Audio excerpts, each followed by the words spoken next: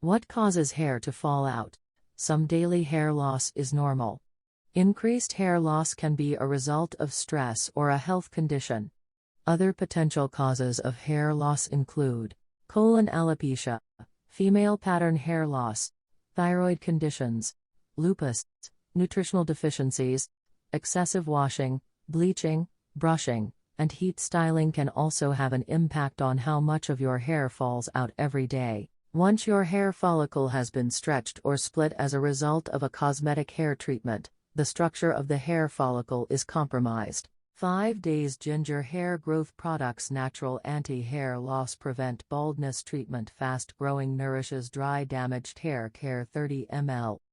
Advantage: 100% natural ingredients, ginger, ginseng, Polygonum multiflorum, and grapeseed oil. Those can effectively prevent hair loss by delivering nutrition to hair root, repair damaged hair, restore the vitality of hair.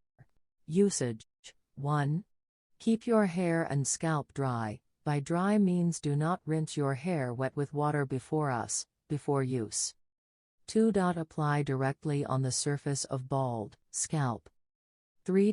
Do some massage for 3 to 4 minutes after applied it. Help the essence absorb better.